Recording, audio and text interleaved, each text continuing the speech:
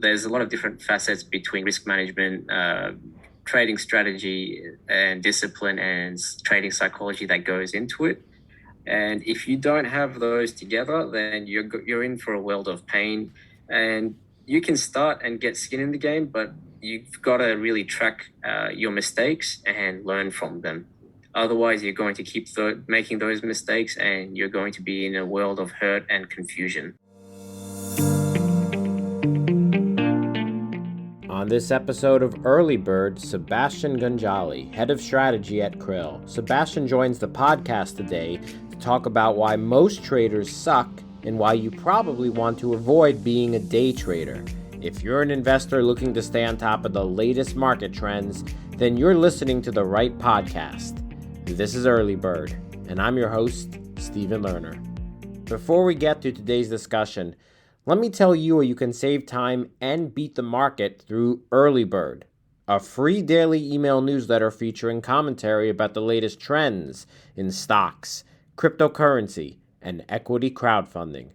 Early Bird is designed to help individual and non-professional investors stay on top of all of the critical investing trends. The newsletter is 100% free and is sent to your email box each weekday morning. Subscribe to Early Bird for free at www.earlybird.email. Once again, that's earlybird.email. And now, today's discussion. All right, Sebastian, thank you for coming on the Early Bird podcast. How are you doing? Thanks, Steve. It's a pleasure to be here. I'm good, thank you. The crypto markets could have been better the last few months, but I'm going on ahead as normal. Well, every market could have been better in the past few months, mostly. But yeah, that's right. No. Thank you so much for coming on. I think we're going to talk about a really cool topic, why most traders point blankly suck.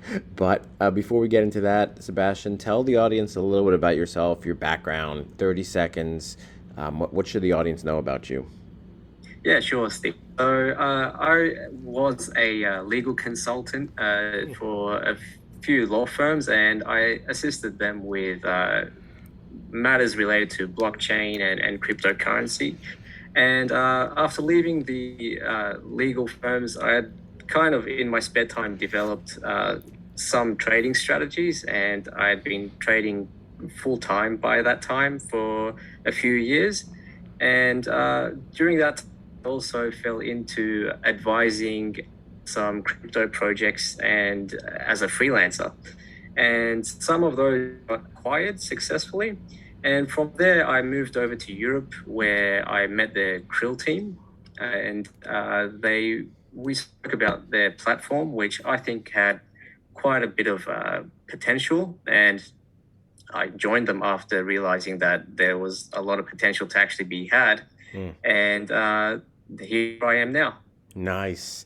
It's a great platform. They're lucky to have you. Sebastian, today we're talking about the topic of why most traders suck. It's a topic I know you personally believe in. I guess we'll start there. Why do you think most traders suck? Yeah, okay. Well, look, if you think about trading, all right, it's quite a complex concept in some ways where you need to get more than a couple of things right. You need to have your risk management down.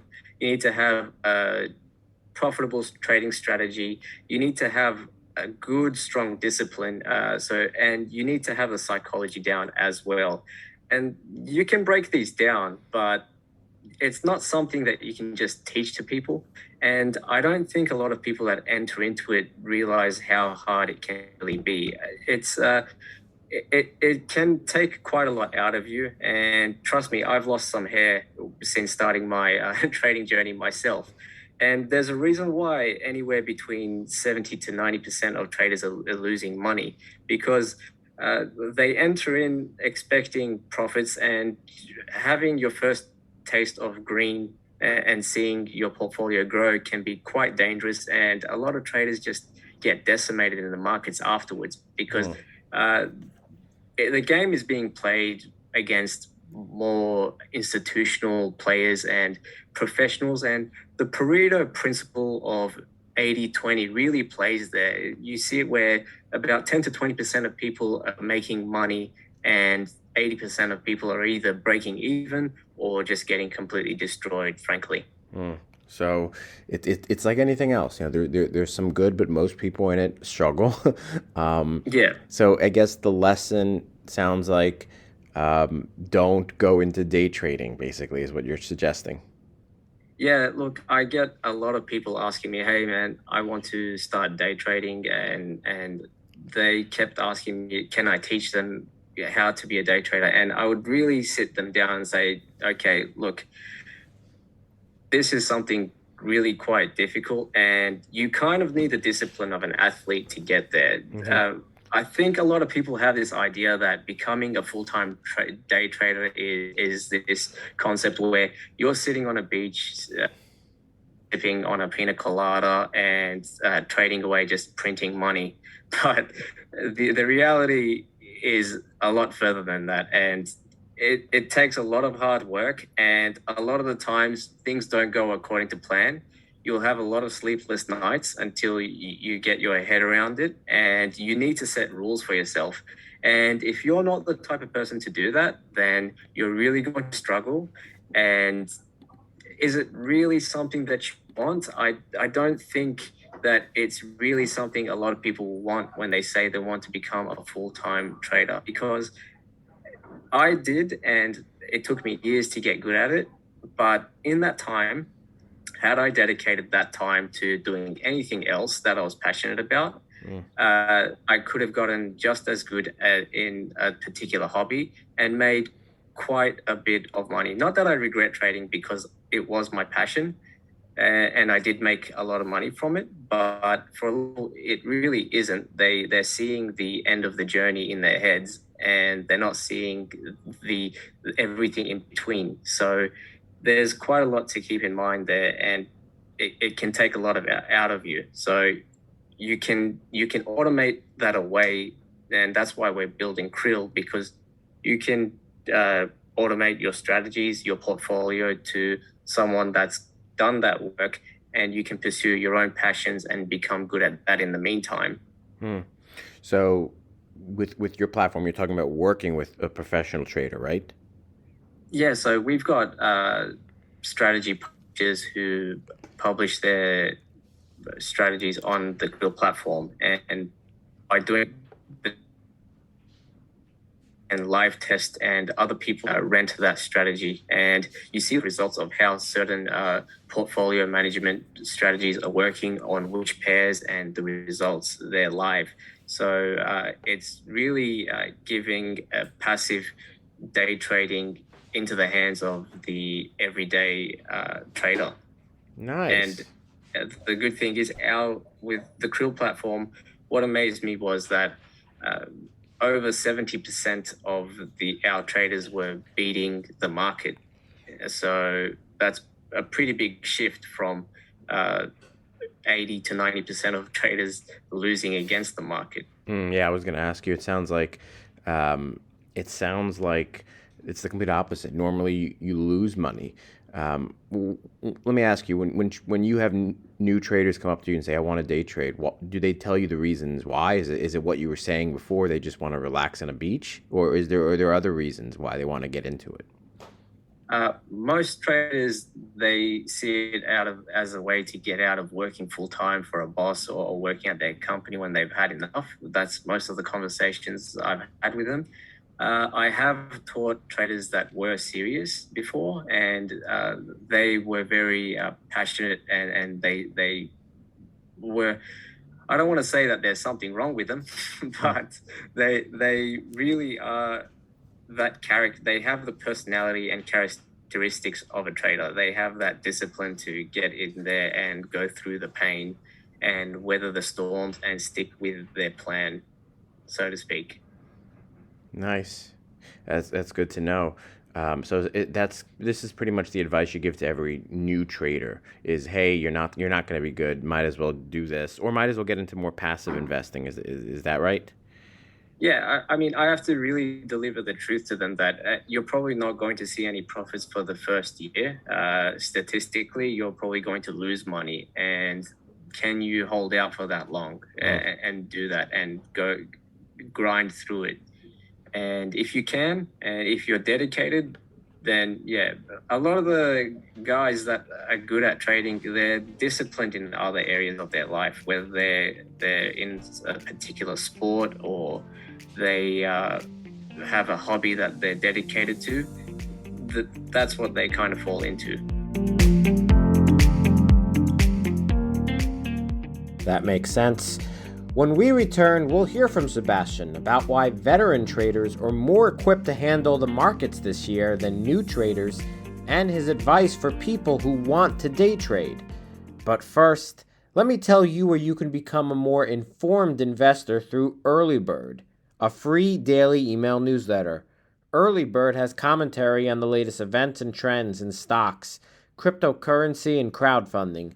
With Early Bird's daily weekday email, investors can quickly stay on top of the trends and beat the market. Subscribe to Early Bird for free at www.earlybird.email. Once again, that's earlybird.email. And now, back to today's discussion.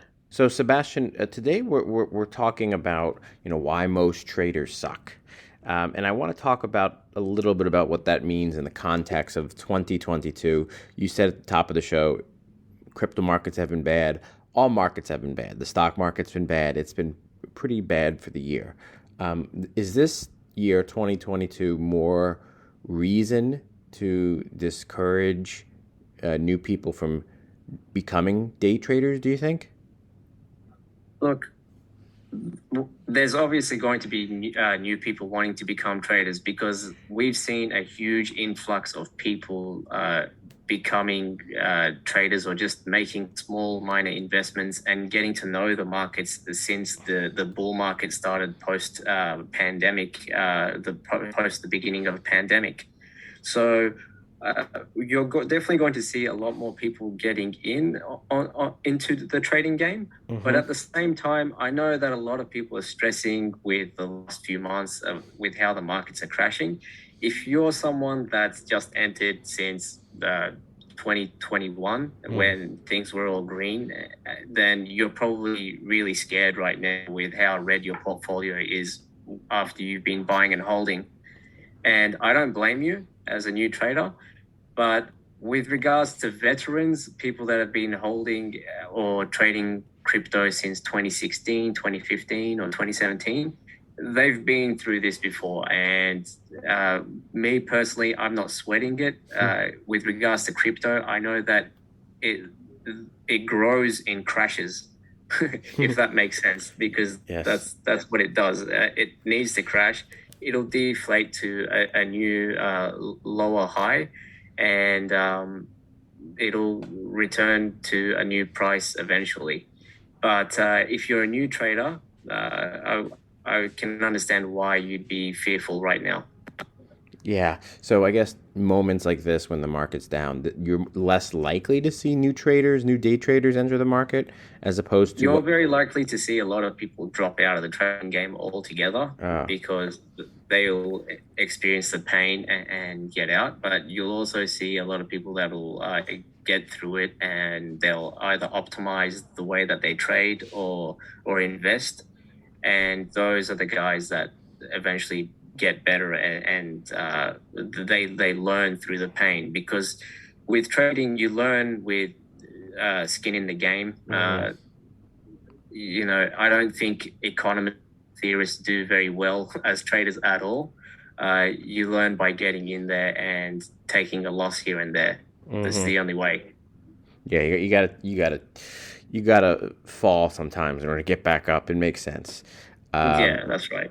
So I guess you talked about what your platform does. It allows novice traders to work with professional traders, but there's still passive investments out there. There's still funds, ETFs that track the market. Those are still nice, safer investments for new traders. That's always an option, right? Yeah, that's right. I mean, traders can always just invest into funds, and that's more passive. And I know that a lot of people, the thing is, a lot of new traders get in through the crypto markets and they discover the traditional markets afterwards, which is a bit of a phenomena, but that's what's happening now. And they're more they can be more greedy because they're used to more of the volatility and speculation. So offering them a safe ETF or passive investment isn't always what they want. They want something with more risk, but passive at the same time.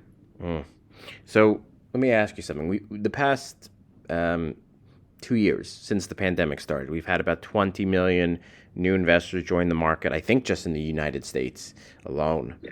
And, there are several reasons for that. People were at home during the pandemic, more cash on hand, the stocks were down, people invested in that. Great. Do you think we're going to be entering a moment in the market where there might be fewer newer traders this year as opposed to 2021 and 2020? Yeah, I mean, in a bear market, you're going to see fewer newer traders. We're going to be seeing less crypto influencers as well. I mean, we don't need more of those. They've absolutely saturated the market with financial influencing. And, the thing is, a lot of those influencers would have made right calls. And I think a lot of them fall into a category where they were saying, yeah, buy this during a bull market, and they were right, because as the old adage goes, every genius in a bucket. And people buy into their own lies, and we're just seeing both less during a bear market and less financial influences. Wow. That makes the most sense. So, Sebastian, here we are, 2022, even forward. Let's say that one day the bear market ends, we get back to a bull market. You're still going to have all these new traders who want to come in. They want to become day traders. I guess since we're talking about this topic, why most traders suck, what advice do you have for new traders? Okay, well, first, I think every new trader needs to understand what it entails. Because there's no one single indicator or coin or stock that you can get lucky, but 99.99% of the time, that's not what's going to make you a successful trader. There's a lot of different facets between risk management, trading strategy, and discipline and trading psychology that goes into it. And if you don't have those together, then you're in for a world of pain. And you can start and get skin in the game, but you've got to really track your mistakes and learn from them. Otherwise, you're going to keep making those mistakes, and you're going to be in a world of hurt and confusion. So really understand that. And if you do understand that that's what it takes, start from just learning a little bit about the markets and put some of your money into the game or the trading game just to start playing with the markets. Not a substantial amount, but have some skin in the game. Makes sense. And I'll just add to that. Speak to a professional financial advisor. They'll definitely help you, especially if you're new, even if you're not new, but whenever you're making new major investments, please speak to an advisor. That's the best advice I always give. Stay informed of the market. That always helps as well. But absolutely. If you're new, don't make substantial investments or plays without speaking to someone that knows what they're doing or is certified in some way. Well said. Well said, Sebastian. Sebastian, thank you so much for coming on the Early Bird podcast today and talking about this critical subject, why most traders suck. Most traders don't realize they know that they suck, but I think it's a good wake-up call that traders need to realize, especially new ones. Hey, maybe speak to a professional trader or a professional advisor. You're new. It's good. You're going to struggle. You're probably going to lose money. But thank you so much for shining a light on this. I just have one final question, Sebastian, and it's the big question for today's discussion. That question is, Sebastian, if there was a biography written about you, who would you want to write that biography? Oh, I love the books by Robert Greene. So Robert Greene? Yeah. Which of his books do you like?